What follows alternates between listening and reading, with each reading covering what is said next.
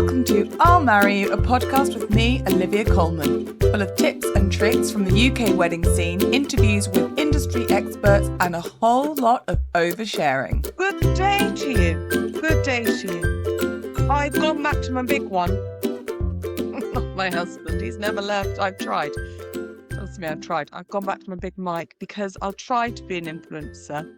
And I tried to buy, well, I did buy those little things that you pin on, or rather the influencers hold in their voice, their mouth, and they just whisper things as they unpack PR gifts, but I'm not there yet. And I don't like them. Don't like them. I prefer something a bit weighty in my hand when I'm performing.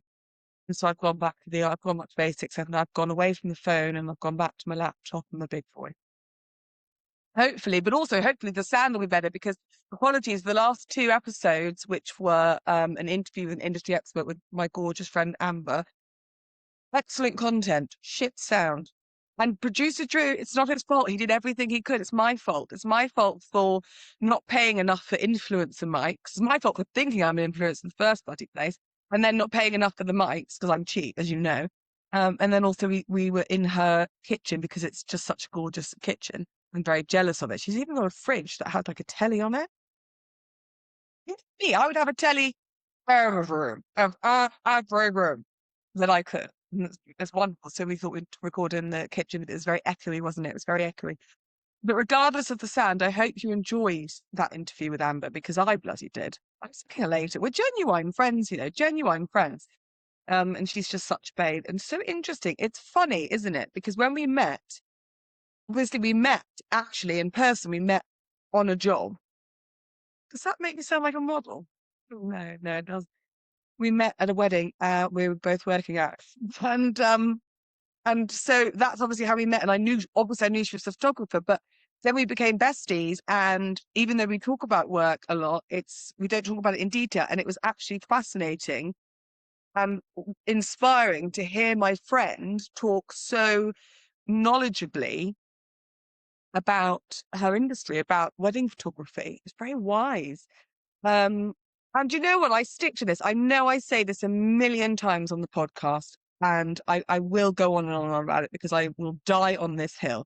But I think it is so important when you choose your wedding suppliers that you like them as people, especially your photographer or your planner, if you have one, because these people are in your face, and you, especially with the photos, if you don't like them, you can see it on the photos. And if you do, you can see that on the photos. And Amber, as a person, she's a very good wedding photographer, but as a person, she is just such a gorgeous soul and so funny.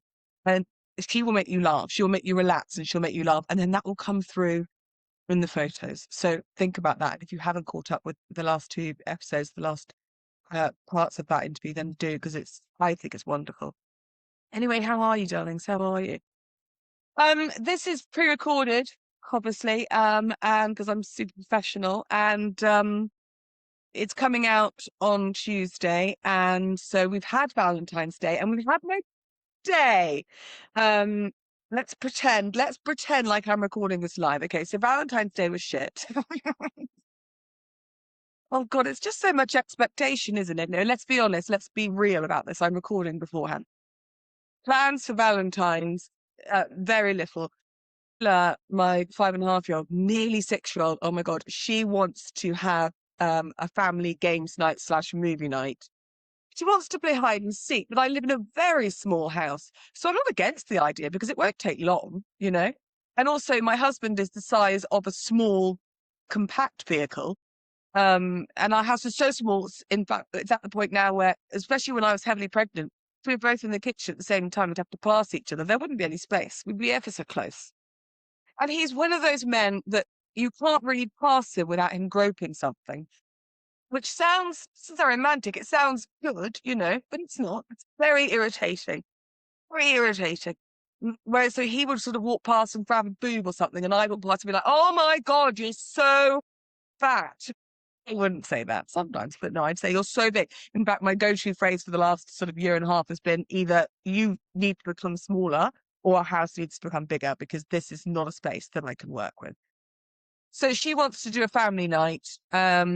on Saturday on Valentine's night. Looking back and looking forward, let's pretend that went very well. With matching jammies, I'll send you a pic. And then, of course, my birthday. My birthday was on Sunday when you're listening to this. It was on Sunday. I've got big plans. Day drinking, which is my favourite thing to do, was my favourite thing to do before children. So I've palmed them off with the in-laws for the entire day. It's half term now, so God help me. And I could only assume yesterday, Monday, I was hungover. I can only assume that because day drinking, the idea is that you drink in the day. In case you didn't cotton on, the idea is that you drink in the day, but then you go to bed at like 7, so you're sleeping off, so you're fine. But I'm weak to a hangover these days, so I'm going to guarantee you that yesterday I was hungover. And if it was a corker, I'm probably still hungover today. Let's be honest. So I hope you had a wonderful Valentine's. I hope you were treated like a queen. I was telling Lola the other day she wouldn't sleep because she's a fucking nightmare. And I was telling her stories. And she loved to hear stories about me and her dad and how we met and how we fell in love. And sometimes I make them up. And sometimes when he's pissing me off, I just sort of use stories from movies. Bless her. She has no idea. But I was telling her about a time when James and I were first courting, and I was staying at his house where he lived with his parents. That's how long we've been together. He was a babe. And he spent the whole day in the shed / garage. And I remember being really pissed off. I was like, it's our first Valentine's Day as a couple. You're not even around. What are you doing? And I was so stroppy all day. And then it got to the point early evening when I went upstairs and I was packing my bags. I was going to make a dramatic exit. And he came upstairs and he was like, can you just come downstairs for a minute? I was like, no, I'm furious. I'm absolutely furious with you. Rights be damned, And I went downstairs because I'm weak to that smile.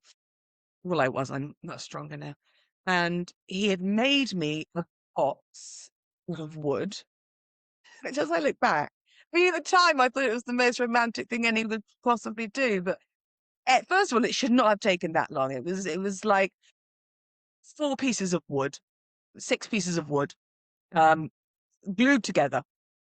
There wasn't even a hinge. It really should have taken him no more than an hour. So what else he was doing else, I don't know. At the time, I thought it was the most romantic thing ever. It was this huge, great big box, and he painted it badly in hindsight.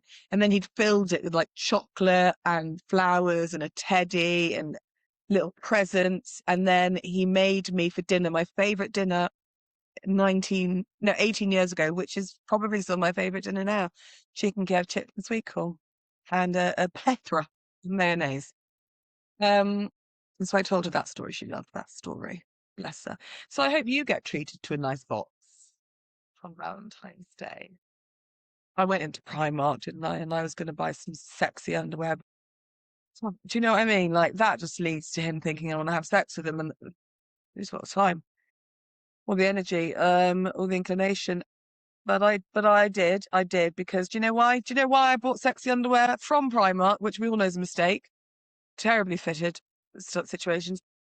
But it was £4 in the sale. And I honestly thought to myself, wow, do you know what? I couldn't even be asked to try it on. And I don't even know, it's been so long since I bought underwear, TMI, that I don't even know what size I am. Now I assume I'm triple XL, but who knows? So I suffer terribly from body dysmorphia. So I just thought, wow, it's £4. Do you know what I mean? So I'll just get it. And if it doesn't fit or it looks shit, then I'll just use it to like dust the house, I haven't tried it on. What I'll do is I'll gift it to him and then I'll just sort of put it off, not take it off. Definitely. Like already I'm tired thinking about it.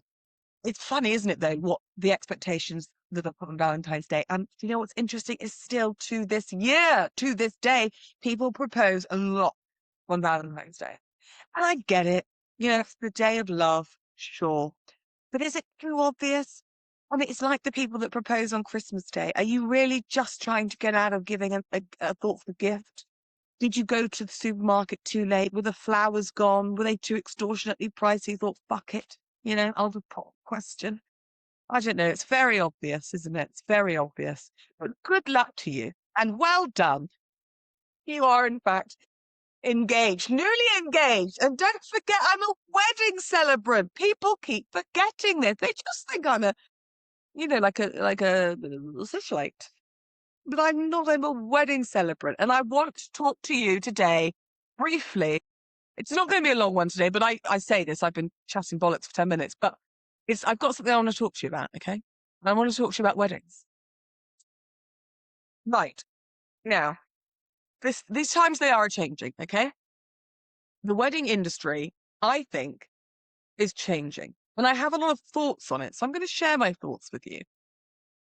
And I've spoken to other people about it. I've spoken to couples about it. And I've spoken to a lot of industry friends about it. And I think it's changing. And I don't think it's for the better. I think that me, Olivia Coleman, wedding celebrant, person who survives off the wedding industry, I think that maybe, first off, I think I put too much pressure on the whole concept, the whole career, the whole industry, the whole everything wedding related, because it is my only source of income and I fucking love it. So to me, it's not like it's a part-time job that I don't really care about. You know, it's not like I work in sort of the lowest level of politics and the government changes. Meh, it's fine. I can still shift papers. Do you know what I mean? That was a terrible analogy. I apologize. I'm not very good at politics. I'm so invested in what I do, how I do it, what the landscape of weddings look like, emotionally and financially. I'm going to be honest with you. This is how I make my living. 9 times out of 10, celebrants in particular, but actually a lot of wedding suppliers, it's their part-time job. They do it on the side, at least when they start out. When I started out as a wedding celebrant, I went balls deep, as you know I like to do. And I went straight in and I thought, fuck it, this is it. This is my only job I'm going to have. Against getting a part-time job, but I'm ever so busy. I'm ever so busy. The TV won't watch itself. Do you know what I mean?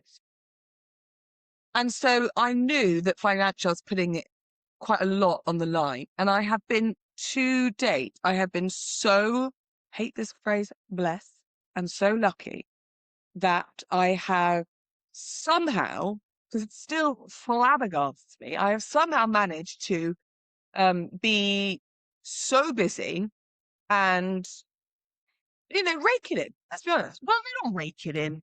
Could do with more money. Sometimes James will sort of look at me very seriously, go, how are you for money? I'd like more, my darling. I'd like more, if I'm honest. I spend a lot of money in Tesco's. I'd like more money. So they all like more money. An absurd amount, but a little more would be great. And then he doesn't sort of go, all right, darling, here's a wad of cash. He's like, yeah. Nothing to follow up? Okay, righto. Thanks, darling. Thank you for your support. So I have been really lucky.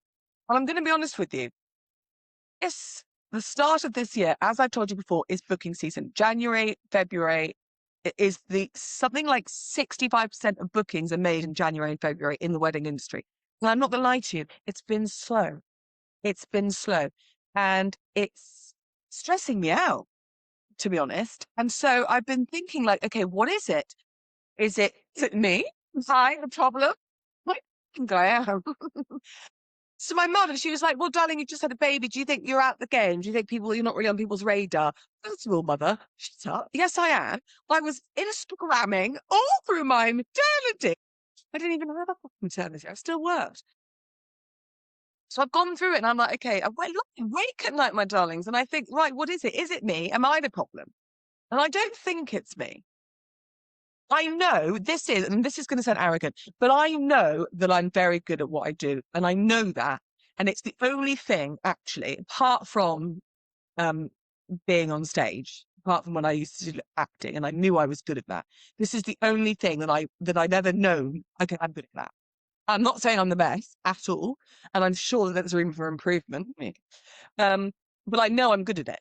And all the reviews would tell you that I'm good at it. And all my brides would tell you that I'm good at it. And all the people at the wedding. So I feel like the actual act of being a celebrant, writing a ceremony and delivering that ceremony, I don't think that's the problem.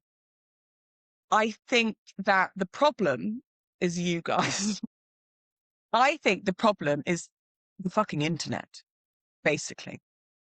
I think the internet is the core, and it's not anywhere, but I think the internet is the core of all the things in all the land, in all nation in the world. I blame the interweb. I think that social media, access to people's lives and people's choices, and big choices like personal, private choices, access to celebrity, it has changed. That whole landscape has changed so much in the last sort of 10 years, but in the last, maybe since COVID, I think, actually, thinking out loud, which is what I like to do on the podcast when it's getting out to tens of people. Since COVID, it's like before COVID, we had sort of the idea of celebrity, and we had all the social media, and of course, and all of that jazz. And maybe it's just me and my bloody algorithm, because that's the thing, isn't it? You only see on your social media what this little elves upstairs want you to see. But before COVID, I think we had all that, but it was much less prominent in everyday life.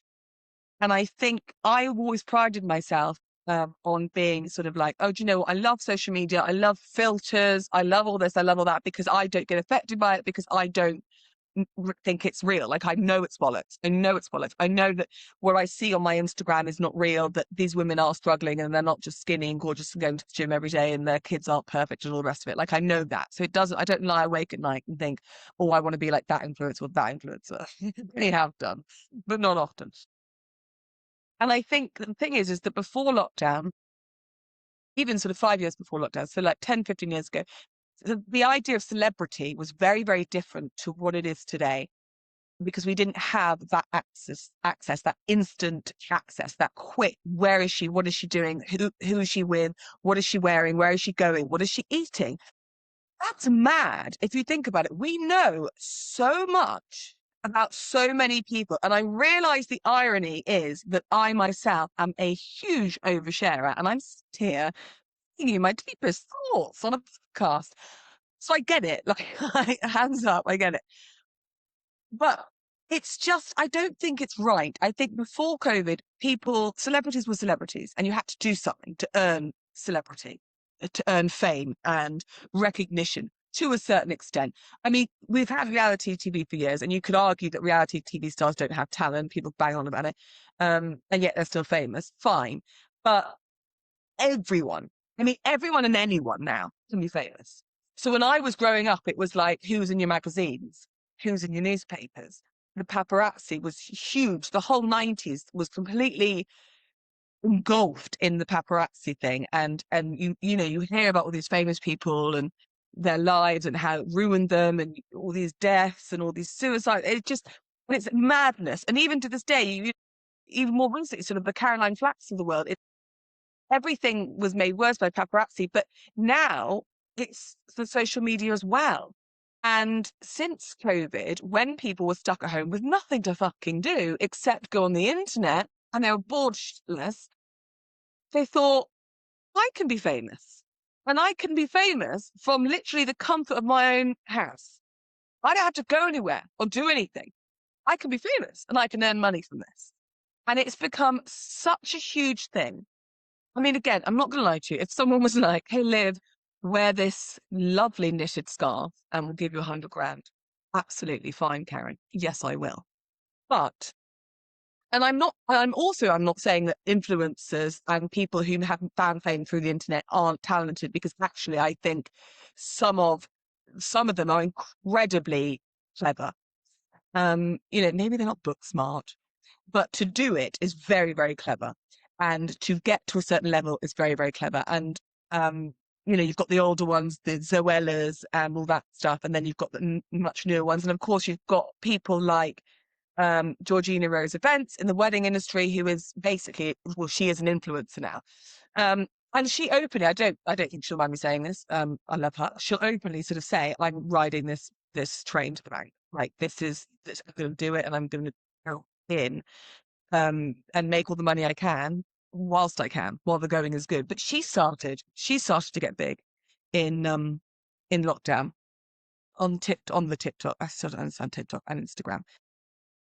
And it's just become such a thing that I think it's slowly, well, it's not even slowly, it's quickly infiltrating every aspect of our lives. And I run about how, fucking hell, the effect on kids and mental health and all that bollocks, but I'm not going to. I'm here to talk about the wedding industry, because I think But it is social media and the internet that is completely changing the landscape of weddings.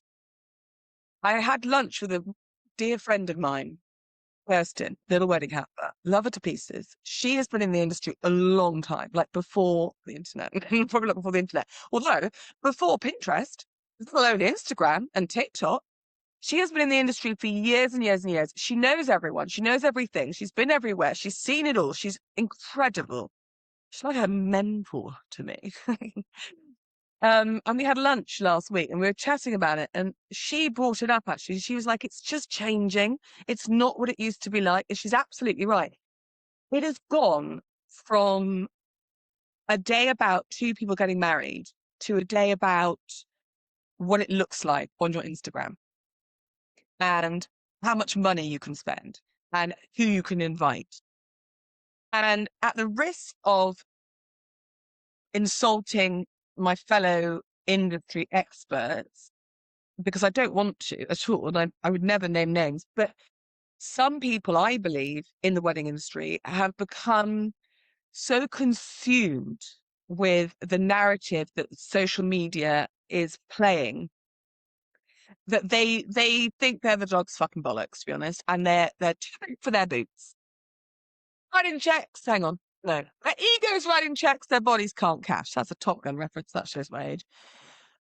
And people, I've noticed this, and I've spoken to a few suppliers. We've noticed this, that suppliers, venues, planners, photographers, celebrants, florists, there are those out there in every aspect of the industry that have completely succumbed to this idea that a wedding is a spectacle. It is an event. It is something that should last 3 days, cost 300,000 and be posted all over Instagram. I'm not insulting those that agree with that. And to a certain extent, I agree, because I think, do you know what? Hopefully, you're only going to do this once, so fuck it, do it big. But I think those that are really pushing that narrative, that is all they're thinking about. And I think that what you have to keep in mind at the end of the day is that a wedding is about two people committing their lives to one another. A wedding is about two people getting married. If you said to a child, what is a wedding? Are they going to say a big party? Probably. My child would. And it is all those things. It's an excuse to spoil your friends and family. It's an excuse to go big. It's an excuse to look fabulous and wear a gorgeous dress and have 17 different musical acts and all that stuff. It is, but not at its core. That is not what it's for. That's a fun little rhyme. But that's not what it's about. And I think, do you know, again, thinking out loud, I just had a brainwave. Maybe because the idea of a celebrant is the ceremony, obviously. Well done. Maybe it's my brain that's losing it. My couples who book me, they book me because the ceremony is very important to them. And they want the ceremony to have a certain vibe and to reflect them as people. They care a lot about the ceremony, and that is why they want a celebrant. And perhaps the link between my bookings for this year being slightly slower than normal and the social media and the industry change is because actually people are caring less about the ceremony. They're not putting the extra cash into a celebrant. They're putting it into fucking drapes. They're putting it into photo booths. They're putting it into a harpist or a swan or a ballerina or those jazz musicians on stands that you see everywhere. Jeez Louise. I think maybe that's what it is. Just hit the nail on the head. I feel like I should ring people and tell them I've decided it's definitely not me. It's you on the internet. But maybe that's what it is. Maybe people have completely lost sight of what a wedding is for. And I'm not shaming you for doing all the extras. The extras are brilliant. And if I was getting married again tomorrow, I'd do a hell of a lot more of the buggers. But that is not what a wedding is for. And I think it's really important to remember that. And it is so easy to get swept up in all the social media and all the Pinterest and all the magazines and all the people telling you on other wedding podcasts, you have to do this, you have to do that. oh, you've got to book this person, you've got to have this, you can't get married without this. Yes, you fucking can. You can get married in a registry office. You can get married in your living room with a celebrant, Olivia Coleman. You can get married however you want. If you genuinely want all of the stuff, get all of the stuff. But please don't forget. I spoke to someone yesterday about it. Her sister's getting married, and she said to me, she doesn't even like him that much, I don't think. Like, well, she does. She loves him, but she doesn't. When you ask about the wedding, she doesn't talk about him. She talks about all the stuff that she's having. And again, great that you're excited. You've probably saved up a lot of money and it's wonderful that you can afford to give yourself the day that you've always dreamt of, but it's not what it's about. Do you know what I mean? I just think that it's all becoming too well, be seen to be impressive, that it be an event, that it have X, Y, and Z. Afford it, fantastic. That is not what a wedding is for, you know? I think also sort of, I don't want to go hard on suppliers at all because I am one, but I think that something that's changing a lot is that certain suppliers are sort of giving the attitude that the couples are lucky to have them because they are wedding suppliers. Like I say, anyone can be famous on social media. They're becoming influencers to a certain degree. And they are, especially in our industry anyway, the wedding industry actually is a very small industry, especially in each sort of sector, in each area of the country or whatever. Everyone knows everyone. It's a very small industry. And so people do, even if they only have sort of 5,000 followers or 50 or 500 or whatever, they are influencing what the couples are doing. And I think that people have lost sight of the fact that it is an honor to be involved in someone's wedding. A fucking honor, to be honest. Like every time I get a booking or even a consideration, it's such a joy and it is such an honor. And I get nervous every single wedding because sort of that nervous adrenaline energy, because I want it to be amazing for them. And I'm so touched that I get to be a part of that. Like, I think I said this before, and this sounds really emotional. I need another coffee. One of the reasons that I wanted to act when I was younger, two reasons. One was to make people laugh. And another was to make people feel things and to be remembered. I wanted to be famous when I was younger because I wanted to be remembered and I wanted to have made a difference, not with charity work, I've not got the time, but I wanted to be remembered. And I do feel like on some level, because I plan my funeral a lot. So I was thinking the other night, if I died suddenly, praise me, I won't. I feel like there are people that will remember me. Maybe that's arrogant, I don't know, but I feel like what I do is such an honor and such a blessing, and I'm so lucky to do it, to be chosen to tell people's stories on their wedding day. And I think some people in the industry are forgetting that. It's like, oh, yes, you want our venue? Of course you do. I'll have to check. Or you want me to be your photographer, or you'd like my flowers? Okay, of course you would, because I'm really important. All my supplier friends aren't like that, but everyone in the industry is talented, is creative, is wonderful, is good at what they do. But don't forget that these couples are paying your bills, mate. And they're choosing you out of so many other suppliers because it's completely overpopulated as an industry. And you should feel lucky to have even the smallest part in someone's day. I feel like it's high on this soapbox, it's like got altitude sickness up here. I said I wasn't going to go on, it's going to be a short episode, but we still hit half an hour. I've got so much work. I could talk about it for hours, but I need to tell people that I realized this conclusion about myself, that I'm not the problem. It's the internet. But then you see, oh no, I won't go on. But how do we fix it? Because it's not going to go away. It's not going to go away. So do I jump in? Do I try and be an influencer? Or do I just, I don't know. It's such a minefield, isn't it? It's such a minefield. I'd be interested to know if you're listening, please, if you're listening to any of the episodes, please message me, talk to me, tell me what you think, tell me what you'd like to talk about, tell me what you'd like to listen to.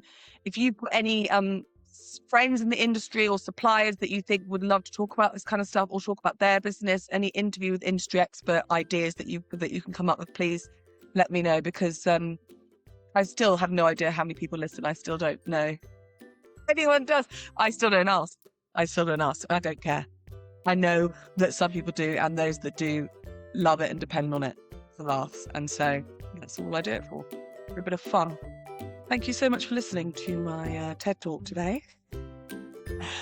Let's pretend it's Tuesday live. I hope you had a really good Valentine's Day. I'm probably still hungover, and I'll see you next week. See you next Tuesday. Thank you so much for listening. It really does mean the world. If you find this podcast even remotely helpful or moderately entertaining, share with all your friends and family. You can DM me any questions, queries, if you want to share any stories on the podcast Instagram at I'll Marry You Podcast. Get in touch. I want to hear all your tall tales. See you soon. I'll Marry You is a podcast by Olivia Coleman.